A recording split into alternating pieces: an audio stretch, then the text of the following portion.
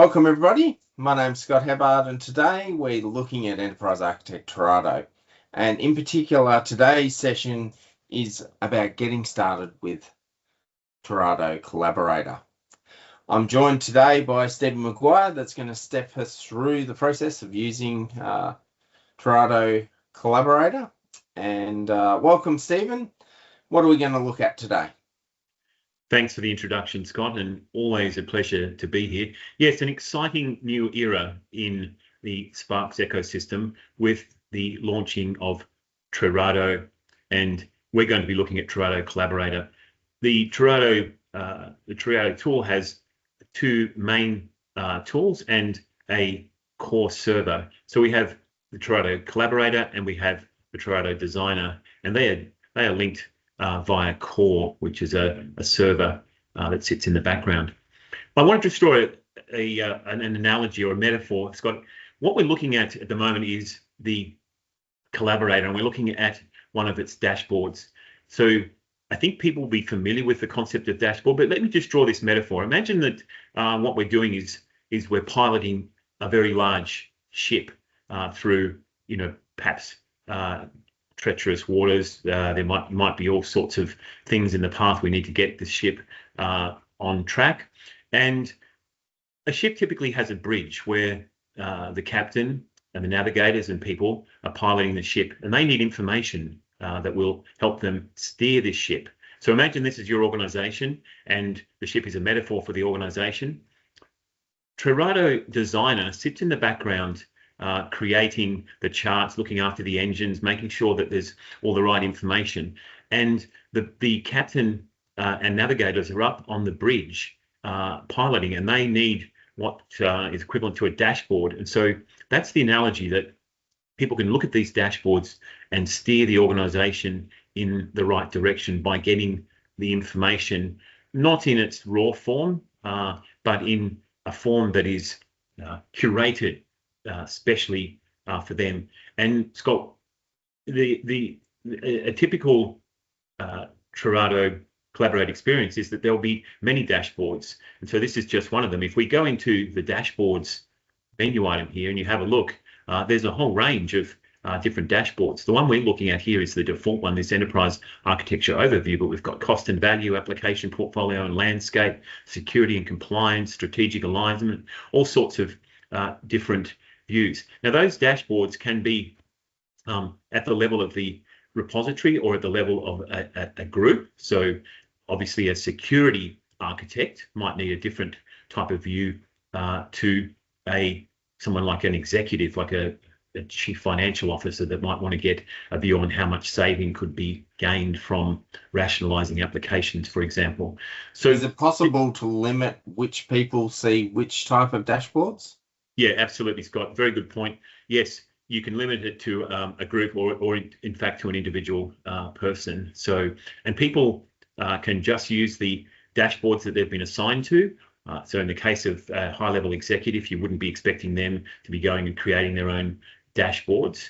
But so people will have created those and assigned them to a particular dashboard. But someone who's a little bit, lower down in the organization might typically create their own dashboard. So someone like a security architect might be given a default dashboard, but they could add to that or go and create their own dashboards. Let's have a look quickly through. This is an example dashboard. It's taking a particular point of view, and it's kind of like an enterprise architecture overview. Notice at the top, we've got a welcome to the ArchiSurance home dashboard. And just for those listeners that haven't tuned into our other videos in this series, we're looking at a fictitious organization called ArchiSurance. And in fact, down in this dashboard over here on the left-hand side, we've actually got a description there about ArchiSurance. So imagine an outline. Yeah, imagine you could do this for your own organization and orientate people to a particular system or particular part of your organization. So this fictitious case study illustrates the realistic use of the Archimate enterprise modeling language in the context of the TOGAF framework. So we've embellished that ArchiSurance example that comes from the open group, and we're going to look at lots of models now that and visualizations that describe and help someone who's acting in the role of a captain in terms of an organisation. That might be chief executive officer, it might be a project manager, program manager. But let's have a look. So we've got up in this dashboard here, we've got a welcome screen that describes what's going on. Underneath that, we've got what are called cards, and each one of those is giving just a very high level picture of some summary information in terms of percentages or numbers. So goal achievement, 60% of goals currently achieved. That's a relatively positive result for ArchiSurance.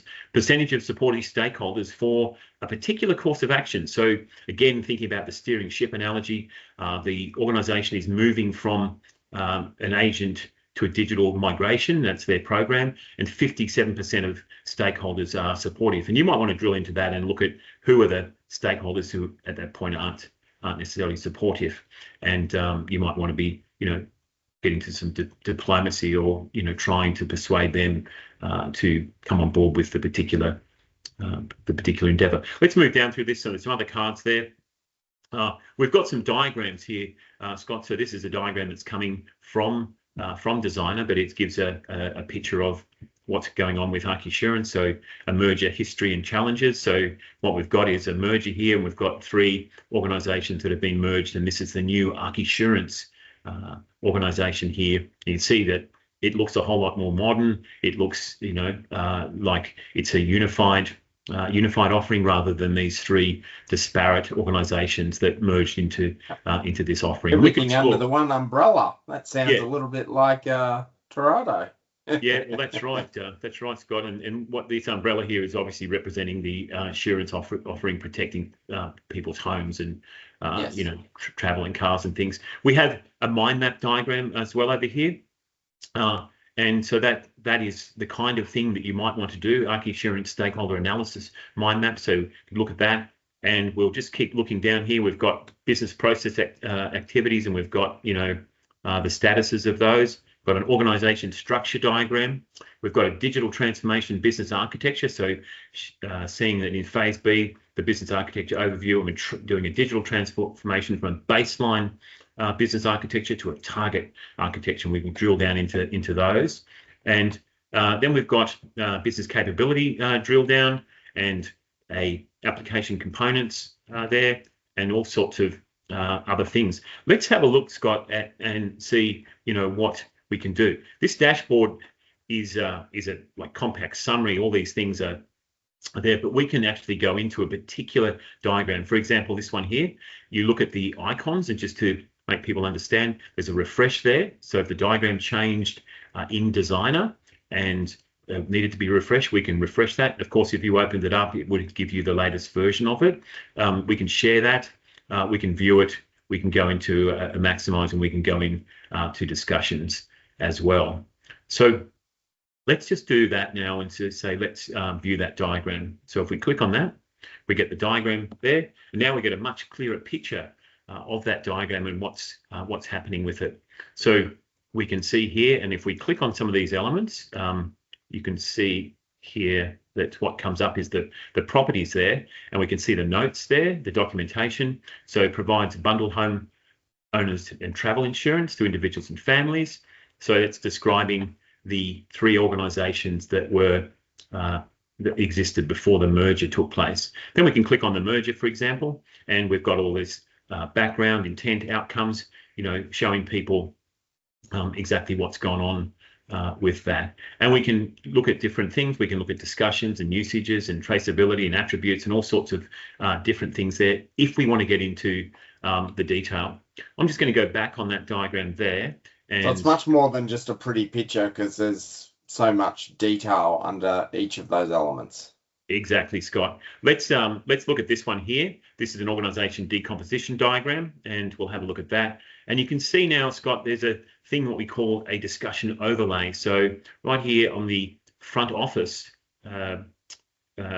business actor there, we can see that there is a discussion overlay, and we can see that there's a discussion on that. And if I click on that discussion or onto this one here, we'll see that there's a discussion that's coming from someone else in the organisation. It's from Helmut Booth, and we can see there's Helmut Booth there, and Helmut has put in this discussion, tagging me, Stephen Maguire. As you know, I missed the inception and kickoff meeting. I just want to check that this included all insurance types and does connect to the new auto back office. So, Yep. We can click on these things and we can get through to the particular elements as well.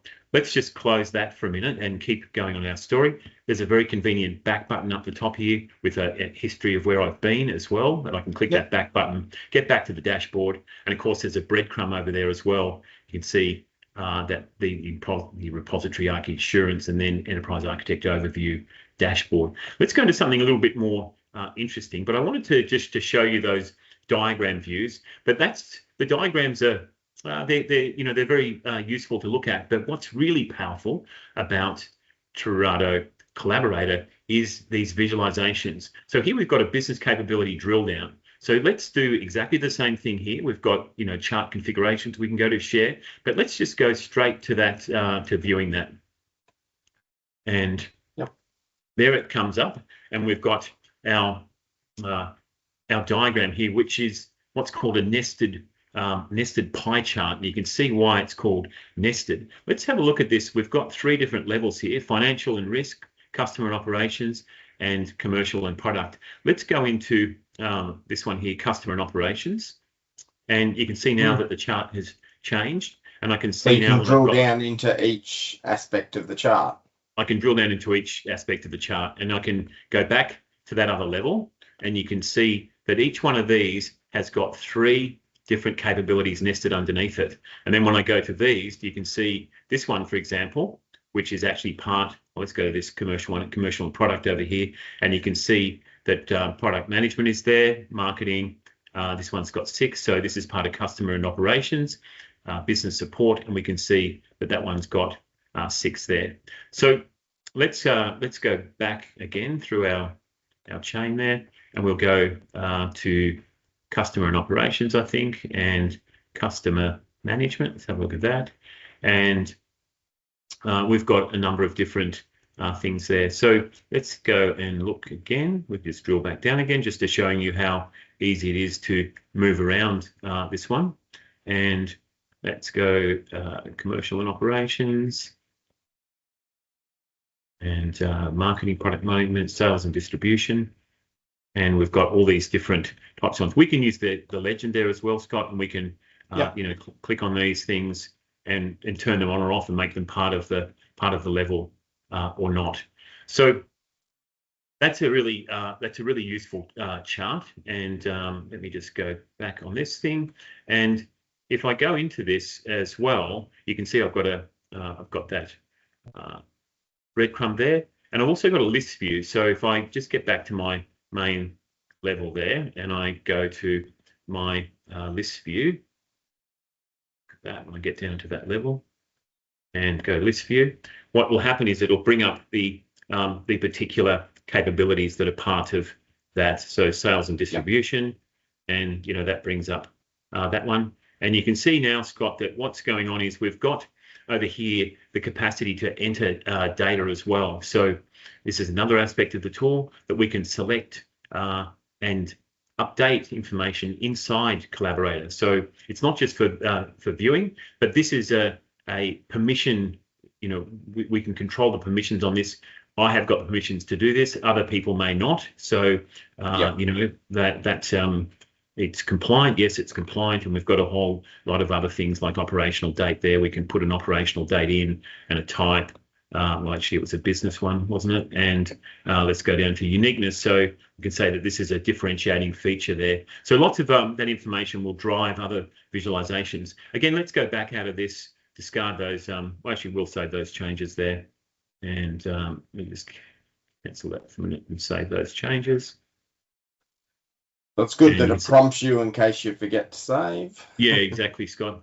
It's easy when like I'm the enthusiasm about using the product and getting the visualizations. You can kind of move through quickly. I'm just going to disregard that, discard that other change.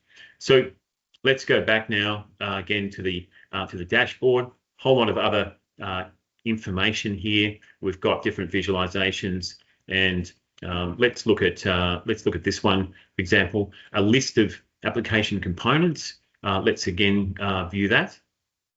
And, we've got the list there again of the applications. So again, we can assign metadata to those. We haven't shown that view in this particular one, but we can also increase the number there. So it's kind of convenient. We can say, look, we can look there and we can see we've got more of these. I can decide not to display particular columns. I don't really want the type and the author. I want, some more information about the documentation, and I can, go into that there and see the documentation.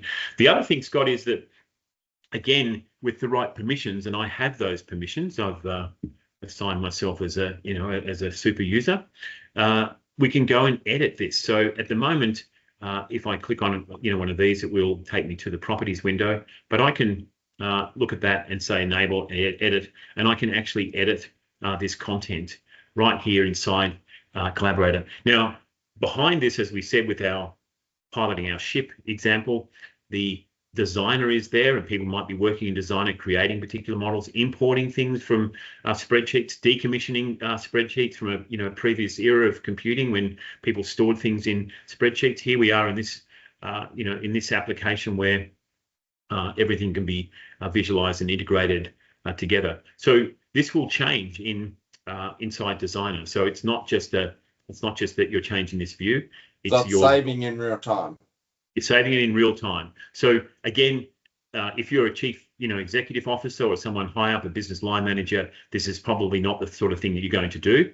But Scott, that's the really amazing thing about Trerado, is that it's a tool or an application, a platform for all seasons, for all stakeholders. So you can stay up at that high level. So it's got all the potential to be just an incredibly high level enterprise architecture tool where you're just looking at at the picture to try and understand steering your organization. So percentages, supporting stakeholders, disruptive potential, how much money will we save by rationalizing these applications, all the kind of information that someone very high up would want to look at. But then we can go down to that lower level and people can actually, change information in the repository. And that becomes important. That in my mind, one of the things that makes enterprise architecture difficult is about budget, is about the number of people that are part of an enterprise architecture team.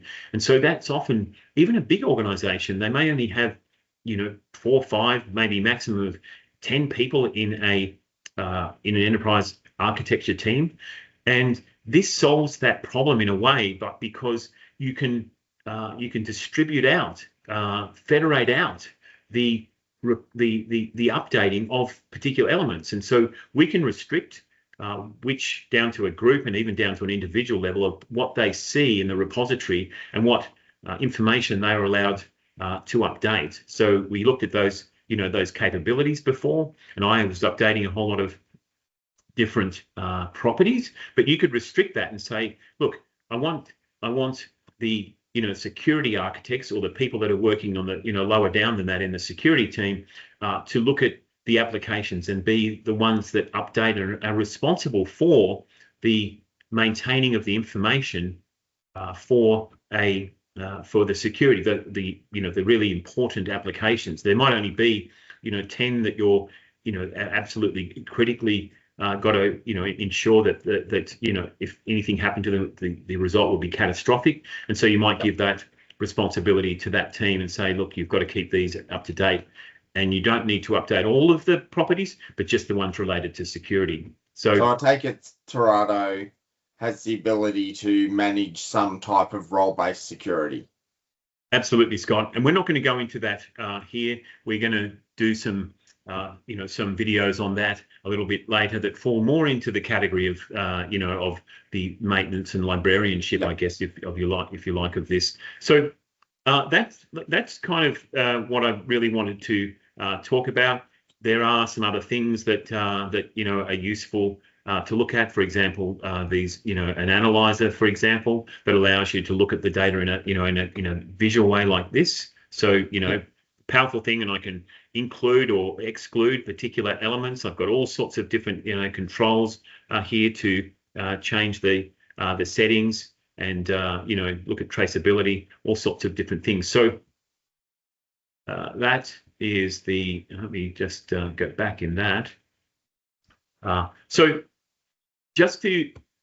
we talked about this dashboard, and I showed you that there were a lot of other dashboards. I just want to take you quickly across this top band of the application. Over here we have our menu, and if we look at clicking on that, depending upon what role that you have, you will get a different set of menus. I've got a lot of permissions because I'm administrating this repository, but if you're another user, you won't get as many as that. So if I look at, I'm going to look at another user now. I've just clicked into another tab. So just imagine this user is working somewhere else. They could be on the other side of the world. This is Helmut Booth here that's working in this. And if you look at Helmut's, drop down menu there, you'll see that Helmut doesn't have the same level of permissions. Far more restricted. Far more restrictive. So that's the idea there. You've got that menu there. We've got our home button, the logo there. Dashboards, which we looked at. We're looking at a dashboard now, and we talked about the fact that there you can have a whole lot of different dashboards. You can view them all, or you can create a new one. We've got diagrams there again, and so I can click on the diagrams and bring up any one of a number of different diagrams. I'll just do that quickly, and you can see that there are lots of different diagrams being loaded. I can load more, and we can look at any of the diagrams. But remembering, Scott, that really the diagrams are incredibly useful to look at, and for some users they will be incredibly important. But for the high-level users, the diagrams are sort of what we're trying to hide away. For executive users, for business line managers, they don't necessarily, or probably they've got more important things to do than to learn the syntax and the symbology, iconography of languages like Archimate, UML, BPMN. So they can completely hide that away. So they wouldn't necessarily be looking at diagrams, and we can restrict their diagrams. You can see this is my diagrams, but I can restrict what a particular user looks at. We've got reviews. We'll be doing a video on reviews, and so we can get people to review models, review diagrams, review content. We've got matrices as well. I think people might be familiar with that concept, and we looked at analyzers as well. So just moving across, we've got our back button, which we discussed, and that's got a useful history there. And we've got a search and a help there as well. And you'll notice over here, there's a notifications, and I've got 2 notifications, and that's going to be the subject of our next video, is to talk a little bit about collaboration inside the tool. And there's me. I've got a profile that I can define for myself. That helps people identify who I am and what my role in the repository is. So back to our our dashboard, and this is, like I said, this is the entry point for most people. And this is a general purpose dashboard. I just want to qualify that, Scott, that this dashboard has got a lot of different things on it, which we're just using to, I guess, to convey the particular visualizations that are possible in the tool. So we do have diagrams, we've got lists, we've got particular drill down things, we've got all sorts of other charts here. So we can look at these ones here, for example, and we can look at a chart based on secondary concerns and change all of those there, role type. So that's a useful thing. So advisory, managerial operation, primary concerns. So I guess in summary, Scott, we talked about in the beginning of this video the fact that it's like this tool Collaborator is like the cockpit or the bridge on a ship, where we've got all the information that we need to steer the ship in the right direction. And there's all sorts of dangers out there. I mean, icebergs, for example, to create a historical analogy as well. But rough waters, and you need to stay within the shipping lanes. You need to comply with things. So there's lots of things in that metaphor that are quite useful. But the tool Collaborator is about that. And behind the scene, really what's going on is that the information that's going into Designer And remember, I'm just going to flick over to Designer now briefly. And, this is Designer, and you can see what we'll see here is we've got very similar information in here, but this is the back engine, if you like. This is where all the engineering is being done. The models are being created. They might have been imported from, like I said, from spreadsheets that you decommission. But back to our collaborator. So this is a general purpose dashboard, but what we would have for a senior executive is something that can just really help them get a big picture very, very quickly. We may not have very many diagrams on that one at all, and we'll be demonstrating that over in this series of videos over the next number of weeks and months probably, and you'll see how those dashboards come about. But today we just wanted to look at how useful these dashboards are. And I guess if anyone's coming from a background that's from the enterprise architect tool, then you will see this as a very fresh and very different way of presenting and for stakeholders to digest the information, the all-important corporate information in your repositories. Thanks, Stephen. It's really great to see how we can condense so much information into some nice charts and some very simple laid out structures on screen to kind of help people consume the information that's held within the model. I'd like to thank everyone for joining us for our Enterprise Architect Trerado series. It's great to have you here with us, and there will be many more coming. If you have any questions about Trerado, or you'd like some help or some consulting or training, you can reach out to Stephen using his credentials in the video description below. And as always, thank you very much for your comprehensive overview of Collaborator and giving us a bit of a getting started with Collaborator and how you can use it and how you can navigate it and get around. So thank you very much, Stephen. It's always a pleasure, Scott. I just want to point out as well that we have service organizations pretty much in every part of the world. And if you're in America, the UK, somewhere in the African continent, the South Americas, Europe, UK, Asia, you can reach out to one of your local Sparx services representatives who can help you with Trerado, both from a designer point of view and, of course, from collaborator point of view as well. Excellent. Yes, it's a very good point, and we have a comprehensive range of service companies that can help assist get you up and running with Trerado. Thank you, Stephen, and look forward to seeing the next one.